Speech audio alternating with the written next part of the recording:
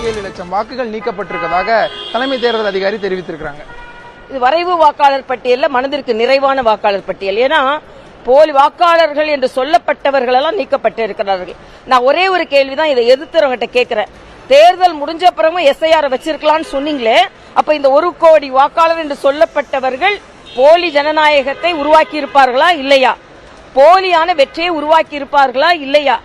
ஆக போலியாக வாக்காளர்களாக மாறி இருப்பார்களா இல்லையா?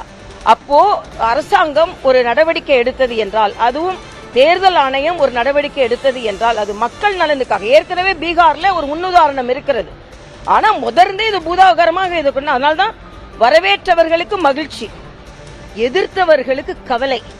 ஐயோ நாம எதிர்த்தோம், ஆனா பாருங்க பட்டவர்த்தனமா இன்னும் முதலமைச்சர் தொகுதியிலேயே அதிகமாக வாக்காளர்கள் நீக்கப்பட்டிருக்கிறார்கள் என்றால், இன்னைக்கு எல்லாமே ஏற்கனவே திமுகவை பொறுத்த மட்டில் 1967 இருந்து இவங்க ஓட்சோரி ஓட்சோரி ஓட்சோரின்னு பாஜகவை சொல்றாங்க. இது ஓட்சோரின்ற வார்த்தைக்கு தகுதியானவர்கள் திராவிட முன்னேற்ற கழகத்தை சார்ந்தவர்கள் தான்.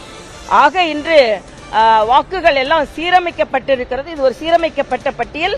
அதனால் மறுபடியும் ஒரு முறை வாக்காளர்கள் நீக்கப்பட்டிருக்கிறார்கள், பின்பு வெரிஃபை பண்ண போறாங்க. ஆக இது இவ்வளவு டிரான்ஸ்பரண்டா நடக்கிற ஒரு திட்டத்தை எதிர்த்ததின் விளைவை இவர்கள் எல்லாம் சந்திக்க போகிறார்கள்.